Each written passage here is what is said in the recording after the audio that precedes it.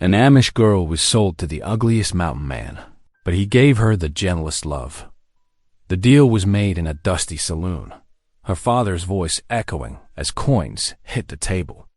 Laughter filled the room because everyone thought her life was over. But when the cabin door closed, she found not fists, but firelight, not cruelty, but a man with scars hiding the softest heart. Just as hope flickered, a new shadow fell. The railroad came to take his land, and her father returned, demanding to sell her again. Now the girl must choose between shame and dignity, between a man who broke her spirit and one who could save her soul. Can love born from the harshest bargain defeat greed, scorn, and betrayal? Or will the gentlest love be torn apart before it begins? Tell me in the comments where you're watching from right now, and if this story speaks to you, make sure you hit subscribe so you don't miss the next one. The saloon's heavy door swung open, letting in a shaft of late afternoon sunlight that made the tobacco smoke dance. Bella Yoder kept her eyes lowered as her father's iron grip on her arm forced her forward. The floorboards, sticky with spilled whiskey, caught at her plain black shoes. Her heart hammered against her simple dress as the room fell quiet, dozens of strange eyes turning to stare. Got something to sell, her father bellowed, his words slurred. The shame of it burned her cheeks crimson.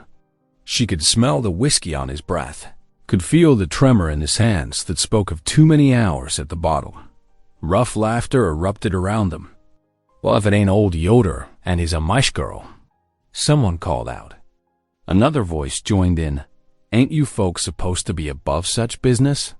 Look at that plain dress, like a crow in a room full of peacocks. The mockery cut deep, but Bella stood still, the way her mother had taught her. Pride was a sin, but so was cruelty. She offered a silent prayer for strength.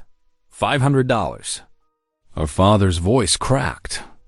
She's strong, knows her letters, can cook and clean better than any fancy town woman. The desperation in his voice made her want to weep. How far they'd fallen from the community that had once sustained them. More laughter rippled through the room. Someone made a crude suggestion that brought fresh color to Bella's cheeks. She kept her gaze fixed on a knot in the wooden floor, fighting back tears. Then the quality of the silence changed. The laughter died away like wind across the prairie. Heavy boots crossed the floor with slow, deliberate steps. Bella felt the presence of someone tall blocking out the lamplight before her. She allowed herself one quick glance upward. The man before them stood like a tree trunk, broad-shouldered and solid. The right side of his face bore deep scars that pulled at his features, marks of some old fire. His eyes, though, were steady and clear as mountain water. I'll take her. His voice was quiet, but carried to every corner of the suddenly hushed room. The coin spilled from his hand onto the bar with a musical chime. Her father snatched at the money with shaking fingers. She's your burden now, Beck.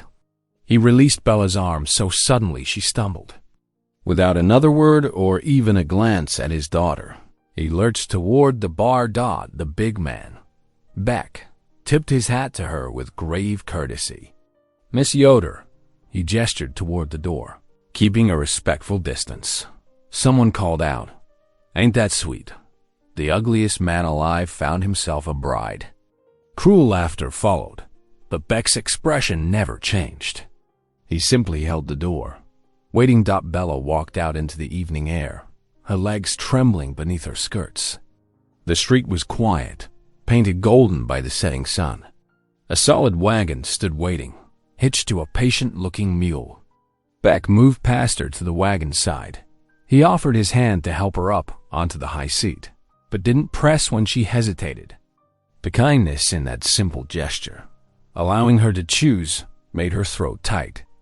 After a long moment, she placed her fingers in his calloused palm and let him assist her up.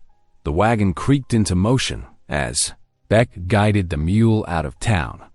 Bella sat straight-backed, her small bundle clutched in her lap as the buildings fell away behind them. The road wound upward into the mountains, where dark pines stood sharp against the deepening sky. When she dared to look back, the town's lamps were already growing dim, like fallen stars scattered in the valley below. Everything she had known, her father's farm, her mother's grave, the life she had expected to live, was disappearing. Into the gathering darkness ahead lay only uncertainty and the promise of Mateo Beck's cabin in the high timber. The wagon swayed beneath her as they climbed, the wheels finding every stone. The air grew cooler, carrying the scent of pine sap and distant snow. Beck drove in silence, his scarred profile turned to the trail. His hands were gentle on the reins, though, and when the mule stumbled slightly on loose rocks, his quiet, easy there held no anger. Small kindnesses, Bella thought, but they were more than she had dared to hope for when her father had first dragged her through the saloon door. The stars were beginning to appear overhead, bright and hard as diamonds, as the wagon continued its slow climb into the mountains. Each turn of the wheels carried Bella further from everything familiar and deeper into this strange new life that had been thrust upon her. The wagon rattled higher into the mountains, wheels creaking over stone and root. Moonlight spilled across the trail, turning everything to silver and shadow. The air grew sharper with each turn of the road, carrying the bite of early autumn in the heights. Mateo Beck kept the mule at a steady pace, occasionally raising his hand to point out landmarks in the darkness. "Creek Bend there," he said softly, indicating a glimmer of water through the trees. "Good fishing come spring." His words were few but careful, like someone unused to speaking much. A chill wind swept down from the peaks, and Bella couldn't help but shiver in her thin dress. Without a word, Mateo shrugged out of his heavy coat and offered it to her, keeping his eyes on the trail. He was careful not to brush her fingers as she took it. The wool was warm from his body, and it smelled of pine and wood smoke. "Much obliged," Bella whispered, wrapping it around her shoulders. It was the first time she had spoken since leaving town. The trail curved around the shoulder of the mountain, and suddenly a cabin appeared ahead, sturdy logs silvered by moonlight. A thin curl of smoke rose from the stone chimney, disappearing into the star-scattered sky. Mateo had clearly left a fire banked before heading to town. He drew the wagon to a halt beside a small barn. "Home," he said simply, climbing down. Once again, he offered his hand to help her, and once again, he waited until she chose to take it. Inside, the cabin was warm and unexpectedly welcoming. A fire glowed in the hearth, casting dancing light across plank floors worn smooth by years of footsteps. Neat shelves lined one wall, holding jars of preserves and dried herbs. A quilt in rich blues and reds was folded precisely across the bed in the corner. What caught Bella's eye, though, was the Bible on the table beside a lamp. Its leather cover softened by frequent handling. Mateo moved quietly through the space, stirring the fire and setting out bread and a pot of stew that had been keeping warm at the hearth's edge. He filled 2 bowls, giving her the larger portion, and set them on the table with careful precision. Bella stood uncertain, still clutching his coat around her shoulders. The stew smelled wonderful after the long journey, but shame and fear made her hesitate. This strange man had bought her like cattle in that terrible saloon. Yet here he was, serving her food in this tidy home as if she were an honored guest. "No harm will come to you here." His voice was low and gentle, like someone calming a frightened horse. He gestured to the chair, then sat down himself and began to eat slowly, his eyes on his bowl. The stew was rich with vegetables and wild game, the bread still fresh. They ate in silence, but it was a silence that held more courtesy than all the crude words that had been thrown at her in town. When they finished, Mateo cleared the bowls without comment. He settled in a chair near the fire and took up some harness leather that needed mending. The familiar sounds of household tasks, the crackle of the fire, the soft creak of his chair, the whisper of leather through his fingers, made the strangeness of everything else somehow easier to bear. Bella perched on the edge of the other chair, her hands folded in her lap. The silence between them was awkward, but not unkind. She watched his scarred hands work steadily at the leather, noting how capable they were despite their roughness. Whatever fire had marked his face had left its traces there as well. When the moon stood high outside the window, Matteo set aside his work. Without ceremony, he rolled out a blanket near the hearth, took an extra pillow from a chest, and settled himself there. He had left the bed for her, with its neat quilt and clean linens. "Sleep well, Miss Yoder," he said quietly. Turning his scarred face away, Bella slipped beneath the quilt, still fully dressed. The bed was soft, the blankets warm, but sleep felt impossible. Silent tears slid down her cheeks into the pillow as the strangeness of her situation pressed in upon her. She was not exactly married, yet she lay in this man's bed. She was not exactly a slave, yet she had been sold. She was not exactly free, yet her captor treated her with a gentleness she had not known even from her father in recent years. The fire popped and settled, throwing shadows on the walls. Across the room, she could hear Matteo's steady breathing, already deep with sleep. Outside, a night bird called once and fell silent. Bella pulled the quilt closer, her tears gradually slowing as exhaustion overtook her. The last thing she saw before sleep claimed her was the Bible on the table, its presence both a comfort and a question in this new life she had been thrust into.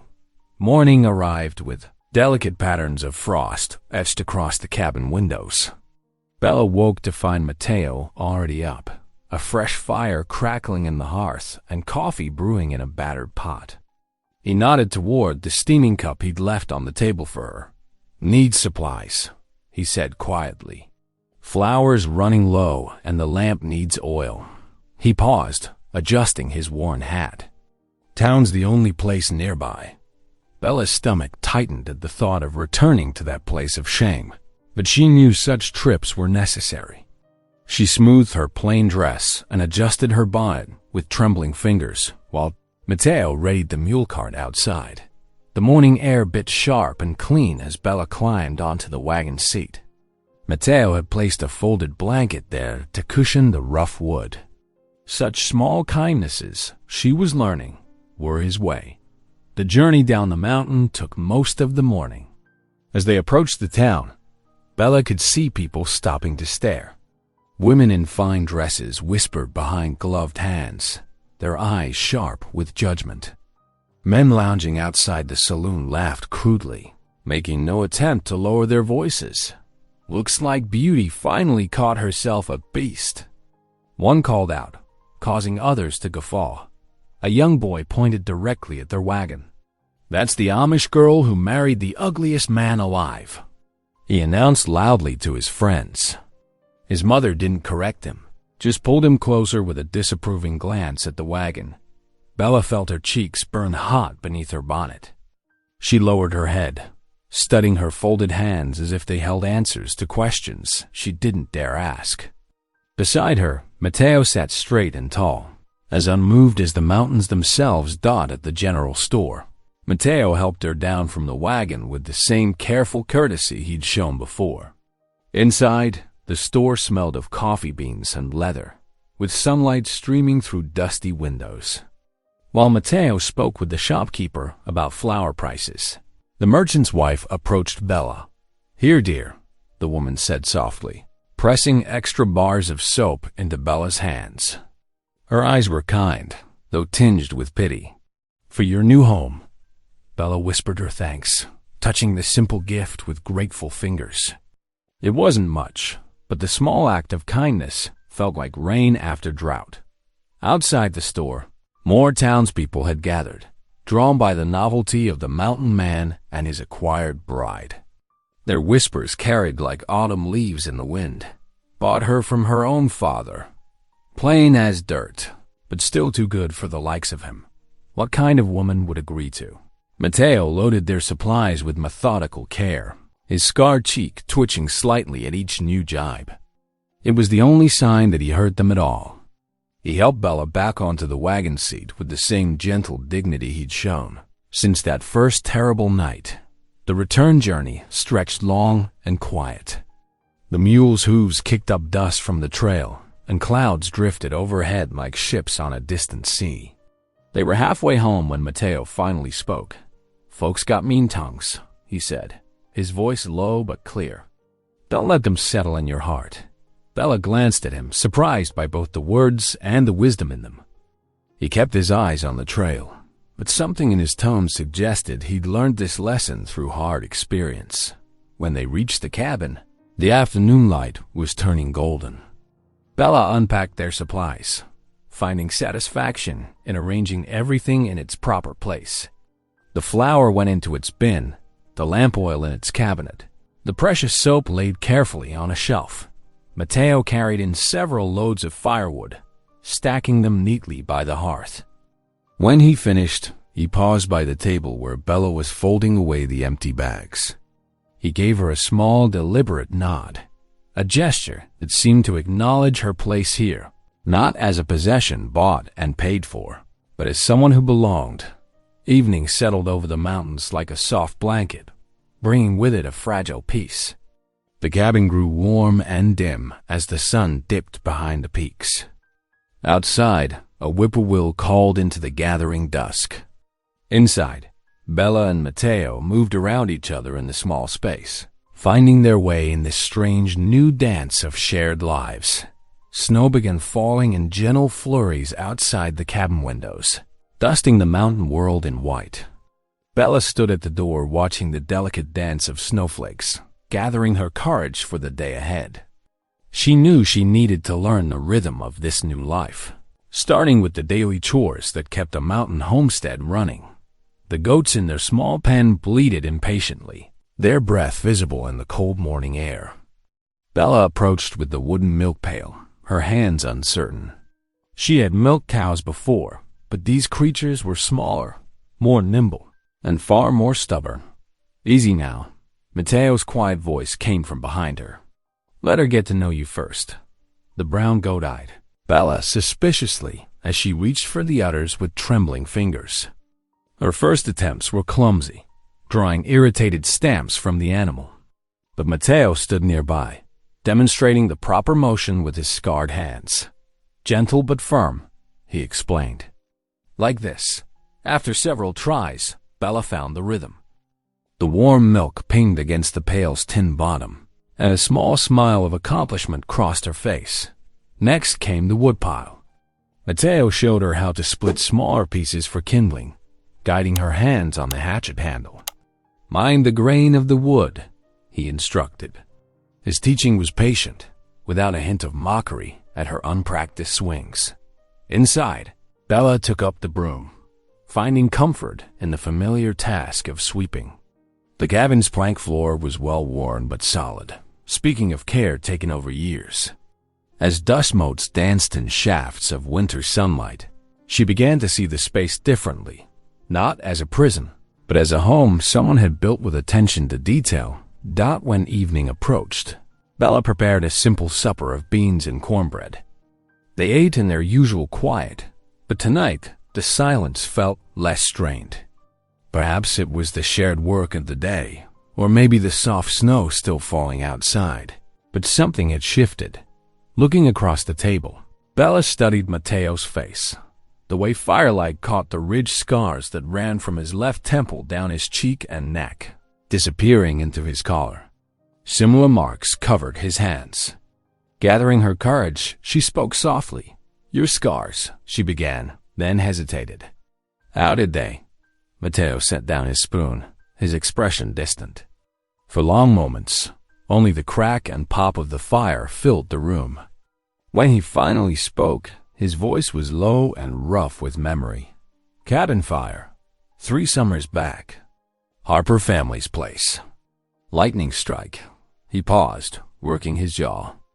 2 little ones trapped inside. Their ma screaming fit to wake the dead. Bella's hand covered her mouth as he continued. Didn't think about it. Just went in. Got them both out but the roof beam. He gestured to his face. Doctor said I was lucky to keep my sight. In the firelight, Bella saw his scars transformed. No longer marks of fearsome ugliness. They were badges of courage, signs of a sacrifice freely given.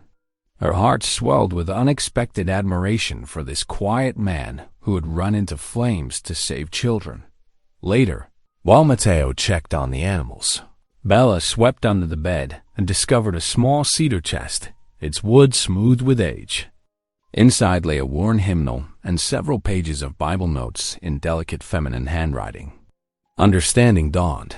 These were his mother's treasures, carefully preserved. When Matteo returned, Bella was closing the chest reverently. I found this while cleaning, she explained quickly. I hope you don't mind. He lifted the chest with gentle hands, replacing it under the bed. Ma loved her hymns, he said simply. But in those 4 words, Bella heard volumes about loss and remembrance, about faith passed down and cherished. Passed down and cherished. As night settled deep around the cabin, Matteo took down his Bible. Its leather cover was cracked and soft, pages marked with careful notations.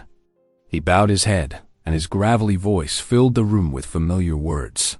The Lord is my shepherd, I shall not want. He maketh me to lie down in green pastures. Bella joined softly, her clear voice weaving with his rough one. The psalm flowed between them like a river finding its course, connecting their separate streams of faith into something shared and new. When the last words faded, they sat in silence. But it was a different kind of quiet now, not the awkward hush of strangers, but the peaceful stillness of 2 souls finding comfort in prayer's ancient rhythms. Outside, snow continued falling, wrapping their mountain sanctuary in white, while inside, the fire's warmth spoke of shelter, and perhaps the first tender shoots of understanding began to grow. The first pale light of dawn was just beginning to touch the frost-covered windows when sharp knocking echoed through the cabin. Matteo, already dressed and stoking the morning fire, straightened slowly. His eyes met Bella's as she paused in the midst of kneading bread dough. 3 firm raps sounded again, more insistent this time. Matteo crossed to the door in long strides, his boots heavy on the wooden floor. When he pulled it open, cold air rushed in along with a man whose fine wool coat and polished boots marked him as a stranger to mountain living. Mr. Beck? The man's voice was crisp as new paper. I'm Theodore Whitman, legal counsel for the Western Pacific Railroad Company. He removed his hat, revealing carefully combed hair, and extracted a leather portfolio from beneath his coat. Bella wiped her hands on her apron, watching as Matteo gestured the latter toward the table. The man's presence felt wrong here, like silk against rough bark. What brings railroad business to my door? Matteo asked, his tone level but wary. Whitman laid out several documents, their official seals catching the early morning light. I regret to inform you that there are irregularities concerning your claim to this property. His manicured finger tapped one paper. The railroad is expanding through this valley. Mr. Beck, we've been reviewing land titles, and yours appears questionable. Matteo's jaw tightened, a muscle working beneath his scarred cheek. This land was my father's. Now it's mine. Yes. Well, Whitman's smile was thin. That's precisely the issue. Without proper documentation of your father's ownership and subsequent transfer to you, the railroad company has grounds to claim this tract for development. Bella saw Matteo's hands curl into fists beneath the table, though his voice remained steady. This is my home, Mr. Whitman. You'll have to prove otherwise. The liar gathered his papers with practiced efficiency. The burden of proof, I'm afraid, lies with you. You have 30 days to produce valid documentation of ownership. He stood, settling his hat back on his head. Good day to you both. After the door closed behind him, silence filled the cabin like smoke. Matteo remained at the table, staring at the space where the papers had been. Bella could see worry in the set of his shoulders, though he tried to hide it. Perhaps, she ventured softly, there are papers stored somewhere? Mateo nodded slowly. The loft, he said. Pa kept a chest of important things up there. Haven't looked through it since. He trailed off. But Bella knew he was thinking of the fire that had scarred him. As morning stretched toward afternoon, they searched the loft space beneath the cabin's peaked roof. Dust motes swirled in the weak winter light that filtered through the gaps in the logs. Mateo pulled an old trunk from beneath a pile of quilts, its leather straps cracked with age. Inside, they found stacks of yellowed papers, many with edges blackened and crumbling. Mateo handled them gently, his scarred fingers careful with each fragment. Bella watched his face grow more troubled as he sorted through them. The fire, he muttered, must have damaged more than I remembered. He held up a piece of what might have been a deed, its corners charred, text faded and incomplete. Bella knelt beside him, helping to arrange the fragments on a clean quilt. We'll save what we can, she said, her voice firm with determination. She had learned preservation from her mother, how to handle delicate things, how to piece together what seemed broken. Together, they carried the salvaged papers down to the table. The winter light was fading early, as heavy snow clouds gathered over the mountains. Bella lit the lamp while Mateo spread out the documents, trying to match edges and make sense of the burned portions. I'll pray over this, Bella promised quietly, touching his arm. The gesture surprised them both. It was the first time she had reached out to him of her own accord. But the comfort felt right. Needed. Mateo nodded, his expression grave. Much obliged, he said softly. Outside, snow began falling again, thick flakes that quickly covered their morning tracks to the barn. But the peaceful white blanket couldn't hide the shadow that had fallen over their small home. Bella watched Mateo as he bent over the papers, his face lined with worry in the lamplight. This land wasn't just property to him. It was his heritage, his father's legacy, his future. Their future, she realized with a start, for her life was now bound to this place too. The charred papers lay between them like broken promises while the snow continued to fall, covering the mountain world in silence. The snow piled steadily through the days that followed, building drifts that reached past Bella's knees. The white blanket transformed the mountain homestead into a quieter world, muffling even the crunch of Mateo's boots as he made his daily trek to check the goats in the cabin's warmth. Bella learned the rhythm of mountain life. The pantry held simple fare: dried beans, strips of jerky, and root vegetables stored in sand. She discovered ways to make meals stretch, adding wild herbs she had dried in autumn to give flavor to bean soup. Her first attempts were too salty or too bland, but Mateo ate without complaint. One morning, as she stirred a pot of beans, she heard his quiet footsteps pause behind her. "Smells good," he said simply, the words spare but his eyes warm with appreciation. Bella felt her cheeks flush with pleasure at the praise. The bitter cold brought new challenges. Wind whistled through tiny gaps in the log walls, and Bella learned to stuff them with strips of cloth. When Mateo's work shirt developed holes at the elbows, she mended them with neat, tiny stitches learned from her mother. The familiar task brought comfort, a piece of her old life fitting naturally into the new. The goats needed extra care in the harsh weather. Bella followed Mateo's patient instructions, learning to milk with hands numb by cold, to check hooves for problems, to measure feed with care. The animals' warm breath fogged the air as they pressed close, eager for the grain she carried. A fierce storm swept in one afternoon, bringing stinging ice and winds that howled like wolves. After securing the animals, they retreated to the cabin shelter. The blizzard trapped them inside. As darkness fell early, Mateo lit the lamp while Bella banked the fire. The golden light cast dancing shadows on the walls as they settled into the evening's quiet. Without discussion, Mateo reached for the Bible that rested on the shelf. Its leather cover worn smooth by years of handling. His deep voice filled the cabin as he read from the Book of Psalms. The familiar words brought peace, a shelter as real as the cabin's sturdy walls. When he finished one chapter, Bella took her turn, her clear voice lifting the ancient verses into the lamplit air as the storm raged outside. They took comfort in the sharing of scripture and silence. The howling wind made the cabin feel smaller, more intimate. Perhaps it was this closeness that gave Bella courage to ask the question that had lingered in her mind. "Why did you never marry before?" She asked softly, then added quickly, "If you don't mind my asking."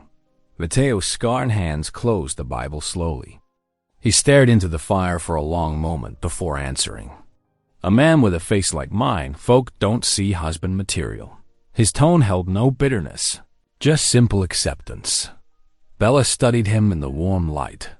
The rippled scars that marked one side of his face, the strong hands that had suffered burns, saving children from fire. She saw beyond the marks to the gentleness in his eyes, the patient way he taught her, the reverence with which he read God's word. "Scars don't hide kindness," she replied softly, surprising herself with her boldness. Mateo's eyes met hers, startled. Something shifted in his expression, a softening she hadn't seen before. He didn't speak, but his slight nod held volumes. That night, as Bella lay in the bed while Mateo kept to his blanket near the hearth, her mind filled not with memories of the shameful day her father sold her, but with quieter moments. Mateo's steady hands showing her how to hold a goat kid, his voice lifting in prayer, his patient teachings of mountain ways. She dreamed of a future where she wasn't just enduring her fate, but choosing it, choosing him. Choosing him. Morning broke clear and bright, the storm spent. Sunlight sparkled on the fresh snow, turning the world into a dazzling blanket of white. After breakfast, they stepped outside together to begin the day's work. Their breath steamed in the crisp air as they surveyed the transformed landscape. Bella glanced at Mateo and found him already looking at her. A quiet smile passed between them, small but real, like a seed of something new taking root beneath the snow. The moment held promise as delicate as frost flowers, as sturdy as the mountain itself. Standing in the brilliant morning light, Bella felt the first stirrings of what it meant to be not just a purchased bride, but a woman making her own choice. Bella's arms ached from moving dusty boxes in the cabin's loft. The morning light filtered through cracks between the logs, catching motes of dust that danced in the air. She and Mateo had been searching for anything that might help prove his claim to the land. Behind a stack of old crates, she spotted the familiar cedar chest she discovered weeks ago. "Mateo," she called down through the loft opening. "Could you help me with this?" His heavy boots creaked on the ladder as he climbed up. Together, they carefully brought the chest down to the main room. Mateo's hands lingered on the wood, tracing the carved edges with reverent fingers. "My mother's," he said softly, opening the lid. Inside lay carefully folded fabric pieces, a quilt that Bella hadn't noticed during her first discovery of the chest. Beneath it were the Bible and hymnal she remembered as they lifted the quilt. Bella gasped. Scripture verses had been carefully stitched into each square, the words flowing across the fabric in delicate needlework. Some patches showed signs of smoke damage, their edges darkened and fraying. Mateo's voice grew thick with emotion. "Mom made this during the fire season, when the forests were burning all around." His scarred fingers traced the stitched letters. She said, if the flames took everything else, God's words would survive. She worked on it day and night, racing against time. Together, they spread the quilt across the wooden table. Sunlight streamed through the window, illuminating the verses. "For I know the plans I have for you, declares the Lord." Bella read from one square, her finger following the neat stitches. "Plans to prosper you and not to harm you." Mateo continued, his deep voice gentle. "Plans to give you hope and a future." As they examined the quilt, Bella noticed something tucked into the batting between squares. Carefully, she worked loose several folded papers, their edges charred. Mateo's breath caught as he unfolded them. Land deeds. Partially burned, but still legible. Mom must have hidden them here, he whispered. When the fire came through years ago, she knew the quilt would be among the first things saved. Bella studied the damaged squares, her fingers automatically reaching for the mending basket she kept near her chair. I could repair these, she offered. The stitching is similar to what we used at home. Mateo nodded, emotion making his usual silence deeper. Bella gathered her needles and thread, settling into work she knew well. Her neat stitches secured loose edges, strengthened weakened seams, and slowly brought healing to the worn fabric dot. As afternoon faded to evening, Mateo built up the fire. The cabin grew cozy with warmth and lamplight. Bella continued her careful mending while Mateo examined the discovered deeds, hope visible in his tense shoulders. When darkness pressed against the windows, they sat together on the bench, the quilt spread across both their laps. Bella felt the solid warmth of Mateo's shoulder against hers, a comfort as natural as the firelight. The verses stitched with such faith seemed to speak directly to their situation. The Lord is my rock and my fortress. Bella read from a newly mended square. Her needle flashed in the lamplight as she secured another stitch. My deliverer, Mateo added softly, his voice rumbling near her ear. My God is my rock, in whom I take refuge. The quilt held more than warmth. It carried history, testimony, and perhaps the very proof they needed to save their home. Bella's fingers moved steadily, binding past the present with each careful stitch, while Mateo's presence beside her felt increasingly like the refuge the Scripture described God in the quiet of the winter evening. As they sat close beneath the quilt that spoke of God's faithfulness, something shifted between them. It wasn't just the land deed's discovery, though that kindled hope. It was the way their shoulders touched without awkwardness, the gentle manner in which Mateo held the fabric as Bella worked, the shared understanding that flowed between them like the firelight's warmth. The quilt became more than a family heirloom or potential proof of ownership. It was a bridge between Bella's Amish upbringing and her present life, between Mateo's past and their shared future. Each square testified to a mother's faith, a son's dedication, and now, a young woman's choice to build something new from fragments of the past. As Bella tied off another neat row of stitches, she felt Mateo's quiet gratitude in the way he shifted the quilt to give her better light. Their hands met briefly over the fabric, and neither pulled away. Outside, snow continued to fall, but inside the cabin, warmth bloomed like hope, taking root. Morning sunlight streamed through the cabin windows, catching on puddles where snowbanks had begun to melt. The earth was awakening from its winter sleep, bringing with it a fresh urgency about their situation. Bella stood at the window, watching water drip from icicles. The restored quilt lay carefully folded on the table behind her, along with the precious charred papers they discovered within its batting. Her fingers still bore needle pricks from the countless hours she'd spent reinforcing seams and mending damaged squares. We should take these to town, she said as Mateo came in from feeding the goats. Today, he paused, boots dripping melted snow onto the floorboards. Folks there ain't exactly friendly to us, but the papers and quilt together tell the story of your family's claim. Bella touched the fabric gently. Your mother knew what she was doing, hiding these here. Mateo nodded slowly, trust evident in his eyes. They hitched up the wagon, wrapping the quilt carefully in oilcloth to protect it from the spring mud. The trail into town was rutted with melting snow, the wagon wheels splashing through puddles that reflected the pale blue sky as they rolled down the main street. Familiar whispers and stares followed them. A group of men outside the saloon nudged each other, grinning meanly at the sight of the scarred mountain man and his plain-dressed wife. Bella held her head high as they carried the quilt into the general store. The merchant, Mr. Harrison, had always shown them kindness. He listened gravely as they spread the quilt across his counter, showing him the singed papers found within. Land deeds, Sure enough, he said, adjusting his spectacles. But partly burned. Some might call this patchwork proof. A few customers in the store snickered, but Mr. Harrison's eyes were kind as he continued. Still, there's a story here that needs telling. Take it to Judge Wilson's court next week. He's a fair man. He'll hear you out. They thanked him and carefully rewrapped the quilt. Outside, more townspeople had gathered to stare and whisper.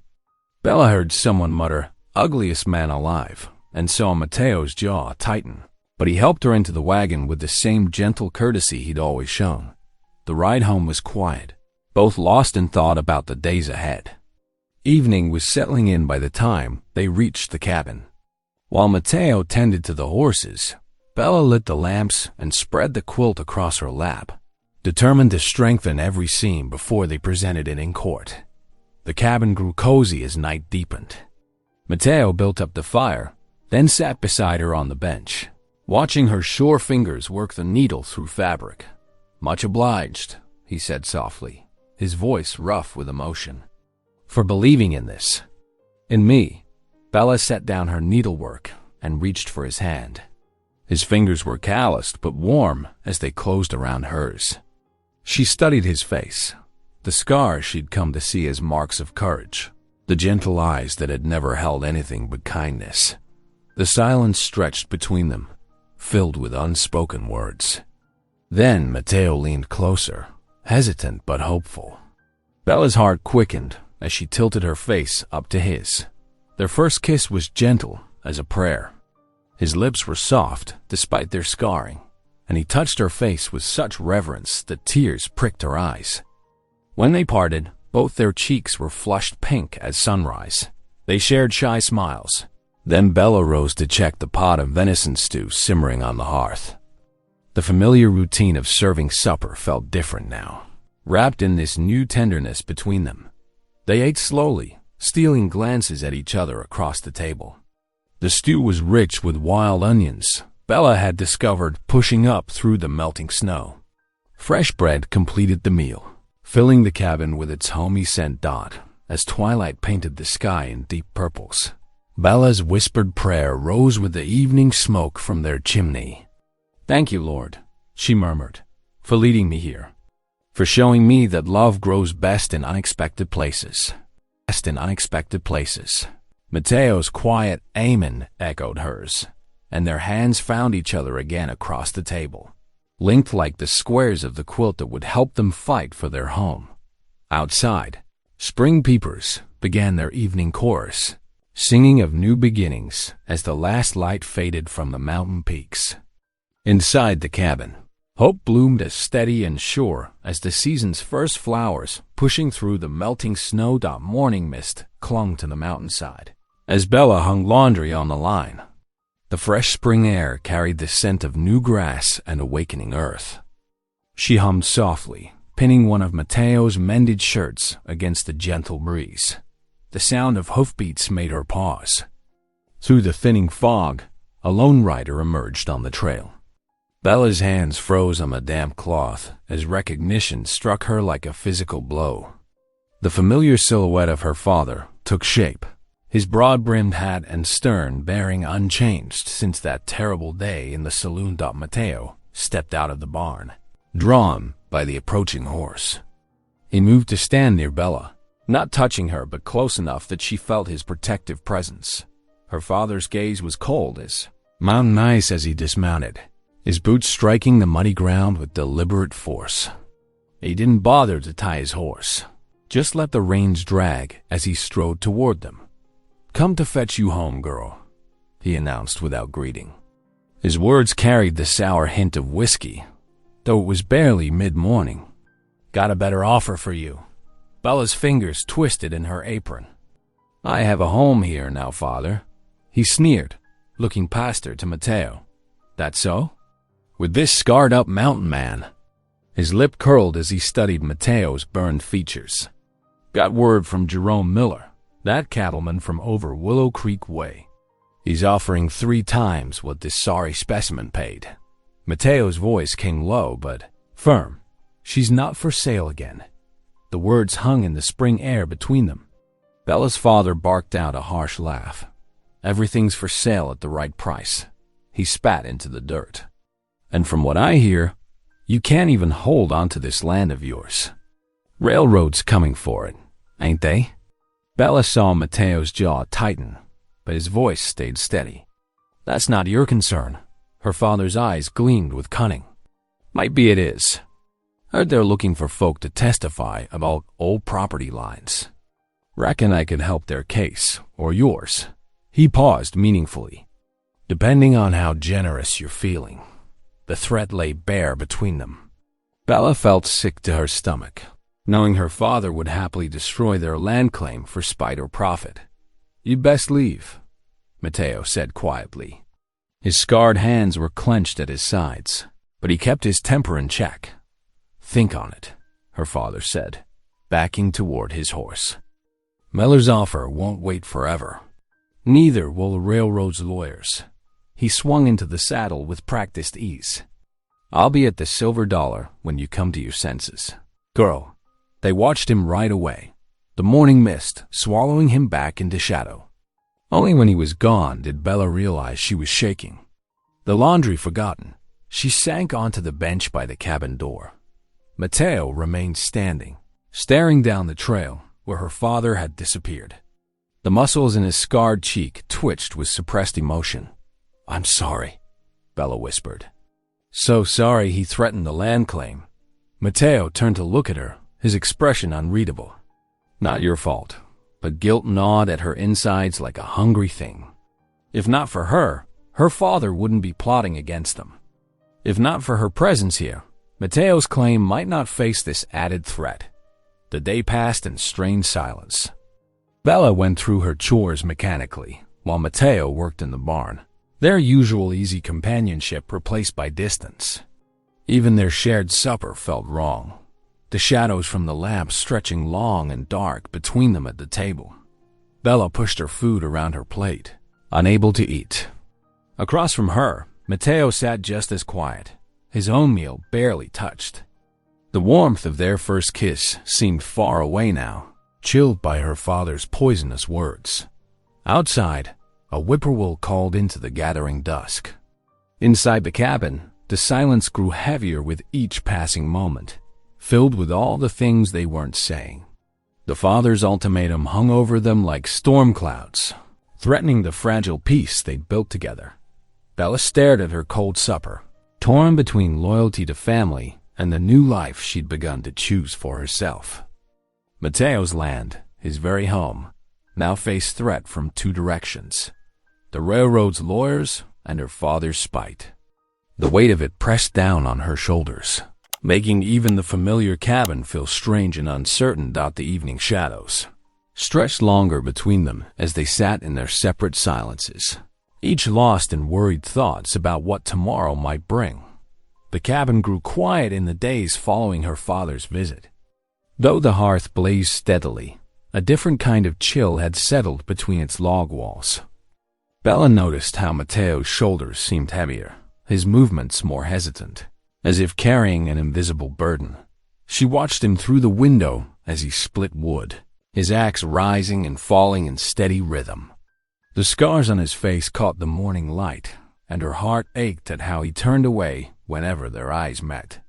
Each meal passed in silence, broken only by the clink of spoons against bowls. That evening, as Bella knelt for prayers beside the bed that had become hers, the familiar words stuck in her throat.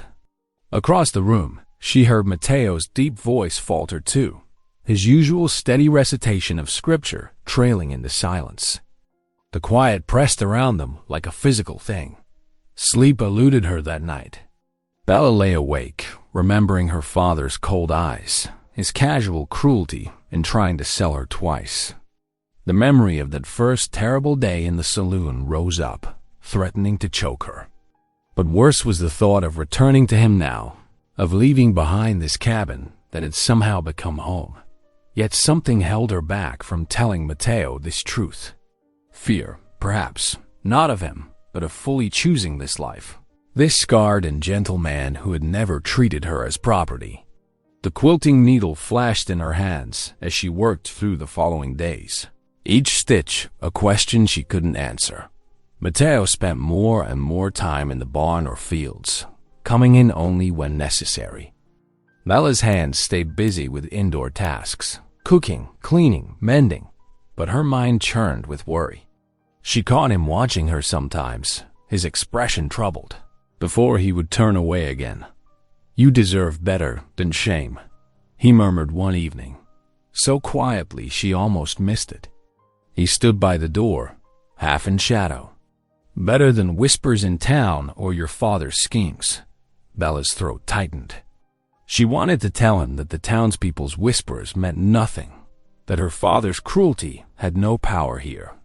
But the words wouldn't come. Days stretched into a week of this careful distance. Bella sewed until her fingers ached, trying to lose herself in the familiar rhythm of needle and thread. Outside, Matteo's axe rang against wood, or his hammer struck against metal as he mended tools. Each sound felt like another brick in the wall growing between them. The tension finally broke one evening as they sat at opposite ends of the supper table. Matteo set down his spoon, his scarred face grave in the lamplight. "If you wish to leave," he said slowly, each word seeming to cost him, "I won't chain you here." Bella's eyes stung with sudden tears. The quilting she'd been working on lay forgotten in her lap as she whispered, "I don't wish to leave." Their eyes met across the table, his wary and wounded, hers bright with unshed tears. But still something held them apart, like a shadow cast by her father's threats. The railroad's claim to their land hung over them too, making even this moment of honesty feel fragile. Matteo nodded once, but his shoulders remained tense. He rose and took his coat, heading out to check the animals one last time before dark. Bella watched him go, her heart aching with words unsaid. She picked up her quilting again, but couldn't focus on the stitches. Through the window, she could see Matteo moving between barn and chicken coop, his movements mechanical. The threat of losing everything, not just the land but this life they'd begun building, loomed larger with each passing hour. That night, like so many recently, their prayers were short and uncertain. The fire crackled in the hearth, but its warmth couldn't reach the cold space that had grown between them. Bella lay awake long after Matteo's breathing had steadied into sleep, wondering how they had come to this precarious place. She thought of her father waiting in town, probably drinking away his days at the Silver Dollar, plotting ways to profit from their pain. The memory of his calculating eyes made her shiver despite the quilts piled over her. Yet leaving seemed impossible now. This cabin, with its neat shelves and well-worn Bible, had become more home to her than any place before. Even with this uncertain silence between them, Matteo's quiet strength and gentle ways filled these rooms with a peace she'd never known under her father's roof. Still, doubt crept in like the night air through log chinks. Each day that passed without resolving this tension felt like another step toward losing everything they built. The trust that had grown between them, as steady and precious as a garden, now felt frozen by fear and unspoken words. The moon rose over the mountain, casting silver light through the window. In its glow, Bella could see Matteo's form near the hearth, his face troubled even in sleep. She turned away, pressing her face into the pillow to stifle a sob, wondering how long they could go on like this. So close, yet separated by shadows, neither seemed able to chase away. The telegram arrived on a damp spring morning, its yellow paper stark against Matteo's weathered hands. Bella watched his face as he read, noting how his jaw tightened at the official summons to appear before the county courthouse. "When must we go?" she asked. Stepping closer, Matteo looked up, surprise flickering across his scarred features at her use of we. Before he could suggest she stay behind, Bella spoke firmly. "I am coming with you. The quilt, the papers, they need both of us to tell their story." He studied her face for a long moment, then nodded slowly. 3 days' ride to reach the courthouse. Roads will be muddy with spring thaw. They spent that day preparing. Bella packed bread, dried meat, and coffee, while Matteo checked the wagon wheels and greased the axles. She folded their precious evidence, the quilt and scorched papers, carefully into oiled canvas to protect against rain. Dawn broke gray and cool as they set out. The wagon creaked beneath them, its wooden wheels cutting deep tracks in the muddy trail. Matteo handled the reins with quiet confidence, guiding their team around washouts and fallen branches. That first day passed slowly, the mountains gradually giving way to rolling foothills. When evening approached, Matteo found a sheltered spot near a creek. He raised a canvas tent while Bella built a small fire. They sat close together, sharing coffee and hard bread, watching sparks rise toward emerging stars.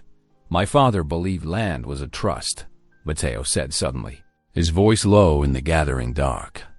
Said a man must tend it with honor, not greed. Make it better for those who come after.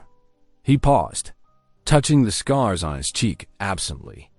Railroad men see only profit in these hills. Bella listened, drawing strength from his words. She thought of her own father's greedy schemes, so different from this man beside her who valued stewardship over gain. The firelight caught the planes of Matteo's face, and she saw not ugliness there, but dignity. The second day brought rain, a steady, soaking drizzle that drummed against the wagon canvas. They pressed on, stopping only to rest the horses. Bella shared the last of their bread with Matteo, their fingers brushing. The touch lingered, warming her despite the chill. That night, huddled under dripping canvas, they talked more than they had in weeks. Matteo spoke of his mother's faith, how she'd stitched scripture into quilts even as illness took her strength. Bella described her childhood in the Amish community, the comfort of traditions she'd lost. Yet God provides new paths, she said softly, watching raindrops silver in the lantern light. The third day dawned clear, the sun burning off morning mist. As they drove on, buildings began appearing. First scattered farms, then closer set homes. By afternoon, they could see the courthouse town sprawled in the valley below. They made camp one last time in a grove of cottonwoods just outside town. The evening air carried sounds of distant church bells and wagon wheels on cobblestones. Bella felt anxiety flutter in her chest as she thought of tomorrow's hearing. She sat beside Matteo near their small fire, watching coffee bubble in the battered pot. Without planning to, she found herself leaning against his solid shoulder. He stiffened briefly, then relaxed. "We face this together," Bella whispered, her voice steady despite her fears. She felt rather than saw Matteo's nod. His scarred hand covered hers, where it rested on the rough wagon seat between them. The touch felt like a promise. They sat that way for a long while, watching darkness gather. The fire crackled low, and stars appeared one by one above the cottonwoods. Neither spoke again, but the silence between them now held strength instead of doubt. Morning came too soon, painting the eastern sky in bands of pink and gold. As they hitched the horses and loaded the wagon one final time, Bella saw the courthouse's brick walls rising ahead, its windows catching early light. She smoothed her plain dress, touched the quilt wrapped safely in canvas, and drew a deep breath. Matteo helped her down from the wagon, his hands gentle but sure. Together they stood looking up at the courthouse steps. Bella reached for his hand again, feeling the rough texture of his scars against her palm. His fingers curled around hers, warm and strong. The courthouse bell tolled 8 times, its deep notes rolling across the awakening town. Other wagons and riders were arriving now, but Bella barely noticed them. Her focus had narrowed to this moment, this choice. She was no longer a bargain bride, but a partner, standing beside the man she had chosen to trust. Dawn's light washed across the courthouse, square as they mounted the steps together, hand in hand. The courthouse buzzed with whispers as townsfolk filed in, filling the wooden benches. Morning light streamed through tall windows, catching dust motes in golden beams. Bella sat beside Matteo in the front row, her hands clasped tightly in her lap. The quilt and scorched papers lay wrapped in canvas beside them. The railroad's lawyer stood first, his fine coat pristine, his voice dripping with scorn. "Your Honor, we have here a supposed claim to valuable land, supported by nothing but rags and scraps." He gestured dismissively at their canvas bundle. "A few charred paper fragments and a bed cover hardly constitute legal proof of ownership." Laughter rippled through the gallery. Bella felt Matteo stiffen beside her, though his face remained calm. The lawyer continued, "This scarred mountain man and his." He paused, eyeing Bella with disdain. "Purchase bride expect us to accept their fairy tale over progress?" Something fierce and protective rose in Bella's chest. Without planning to speak, she found herself standing. Her legs trembled beneath her plain dress, and she felt her bonnet quivering with each nervous breath. But her voice, when it came, rang clear through the suddenly hushed courtroom. "Your Honor, if I may speak." At the judge's nod, she continued, "I came to Matteo Beck's home first as a stranger, sold by my own father." Her cheeks burned at the admission, but she pressed on. "I expected cruelty.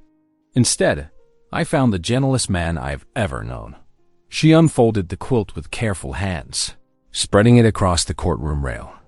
Sunlight caught the careful stitching, illuminating verses sewn in faded thread. Matteo's mother made this before the fire that scarred him. She stitched God's promises into every square, knowing someday they might need remembering. Bella's voice grew stronger as she spoke of daily kindnesses. How Matteo taught her to tend goats without mockery. How he slept by the hearth to give her the bed. How he prayed each evening with quiet faith. "These aren't just scraps," she said, touching the quilt's worn squares. "They're proof of a family's devotion to the land, their trust in God's provision." Murmurs swept through the crowd, different now from the earlier derisive laughter. Bella saw women dabbing at their eyes with handkerchiefs. Even the judge leaned forward, studying the quilt's careful stitching dot. Then movement drew all eyes to the back of the courtroom. A native elder rose slowly, his silver hair catching the morning light. Bella recognized Elder Nanton, whom she had seen sometimes at the trading post. He walked forward with dignified steps, his bearing commanding attention. "I would speak," he said simply, his voice deep and measured. The judge gestured for him to continue. "I knew this man's father," Elder Nanton said, indicating Matteo. "When others broke treaties about water rights, he honored them. When streams ran low, he shared fairly. The Beck family has tended this land with respect for 3 generations." The elder's dark eyes fixed on the railroad lawyer. "Now you who would cut iron roads through sacred places speak of progress. But I have seen your kind of progress before. It leaves broken promises and poisoned wells in its wake." Silence fell after Elder Nanton's words. The railroad lawyer shifted uncomfortably, his earlier swagger diminished. Matteo sat straighter, his scarred face proud despite his humble clothes. The judge removed his spectacles, polishing them thoughtfully. "This is not a simple matter of deeds and dates," he said at last. "We must consider the weight of witness testimony and community memory." He replaced his glasses, surveying the crowded courtroom. "I will review the evidence, both paper and cloth, and render my decision tomorrow morning." As the gallery began to empty, Bella carefully refolded the quilt. Her hands shook slightly from the aftermath of speaking out. She felt Matteo's presence close behind her, steady and warm. Steady and warm. Elder Nanton approached them, touching his closed fist to his chest in greeting. "Your words held power," he told Bella, "because they came from truth." He nodded to Matteo. "Your father would be proud. You have honored his teaching." They watched the elder leave, his straight back disappearing through the courthouse doors. Outside, the afternoon sun slanted across the town square. Everything looked different to Bella now. Sharper, more real. She had found her voice, not just for Matteo's sake, but for her own. The quilt rested in her arms, no longer just scraps, but testament to faith, family, and the courage to stand for what was right. Tomorrow would bring the judge's decision, but today's truth would not be unspoken again. Morning sun streamed through the courthouse windows as people filed in, the benches creaking under their weight. Bella and Mateo sat close together, the quilt folded neatly in her lap. Her fingers traced the stitched verses for comfort while they waited. The judge entered, his black robes rustling as he took his seat. The room fell silent. He cleared his throat and adjusted his spectacles, looking down at the papers before him. In the matter of Beck versus Western Railroad Company, he began, his voice carrying to every corner. I have carefully considered all evidence presented. He paused, surveying the crowded room, including both written documents and oral testimony. Lala held her breath. Beside her, she felt Mateo's shoulder tense. The law requires more than mere papers, the judge continued. It demands we consider the full weight of history and community. The Beck family's stewardship of this land, testified to by both neighbors and tribal elders, stands as compelling evidence. The careful preservation of family records, even through fire, speaks to their commitment. The railroad lawyer shifted in his chair, his expression darkening. Bella's father, seated near the back, leaned forward with narrowed eyes. Therefore, the judge declared, I rule in favor of Mr. Beck. His claim to the homestead is hereby upheld. The railroad's petition for seizure is denied. Relief swept through Bella like a warm breeze. Mateo's hand found hers, his scarred fingers wrapping gently around her palm.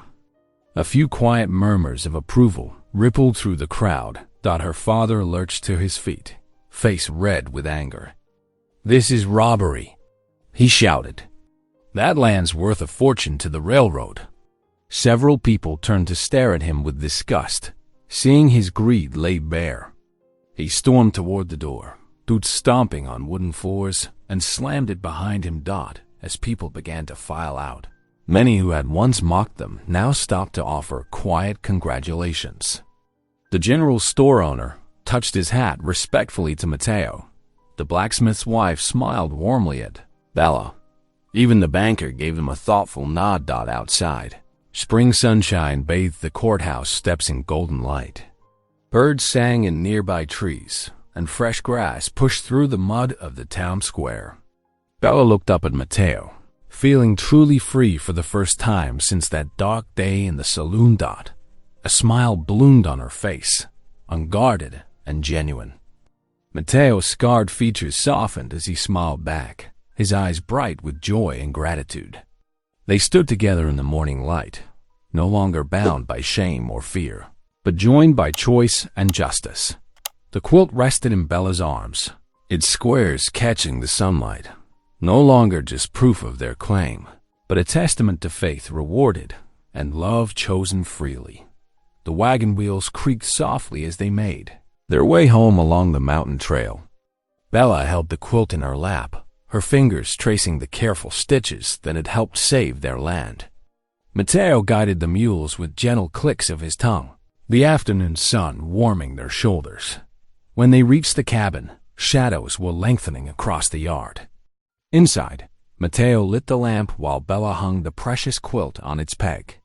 The flame cast a golden glow through the familiar room, making the rough-hewn walls feel like home. Mateo stood by the crackling fire, his scarred hands clasped together. Then, with deliberate care, he lowered himself to one knee before her. His voice was rough with emotion. Bella, he said softly, I know how you came to be here. But now I'm asking proper. Will you stay? Not as something bought, but as my wife and partner, chosen free. Tears welled in Bella's eyes, catching the lamplight. Oh, Mateo, she whispered, reaching for his hands. I was never sold. I was saved. God brought me to you. Their kiss was gentle and reverent, sealing a covenant made by choice, not coins. Outside, spring winds carried the sound of melting snow and rushing streams down the mountainside. Like music of renewal. In the weeks that followed, They rode into town together, heads held high.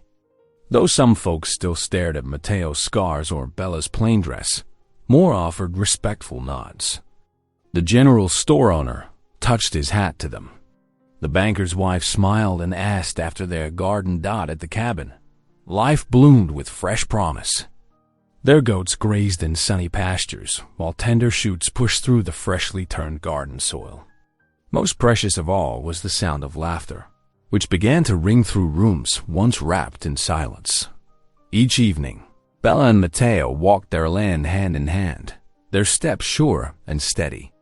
Together they faced a future built not on bargains or shame, but on faith, gentleness, and love freely given. Thanks for spending a moment here with me. If this story touched you, let's keep this connection going. Hit subscribe, and I'll see you in the next one.